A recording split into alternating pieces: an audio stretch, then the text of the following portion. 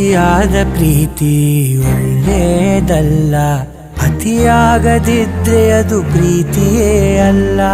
ನನ್ನ ದೃಷ್ಟಿ ಬಿಟ್ಟು ಬೇರೆ ತಾಕಲ್ಲ, ಆ ಅಂದ ಬಿಡಿಸೋಕೆ ಸೃಷ್ಟಿ ಸಾಲಲ್ಲ.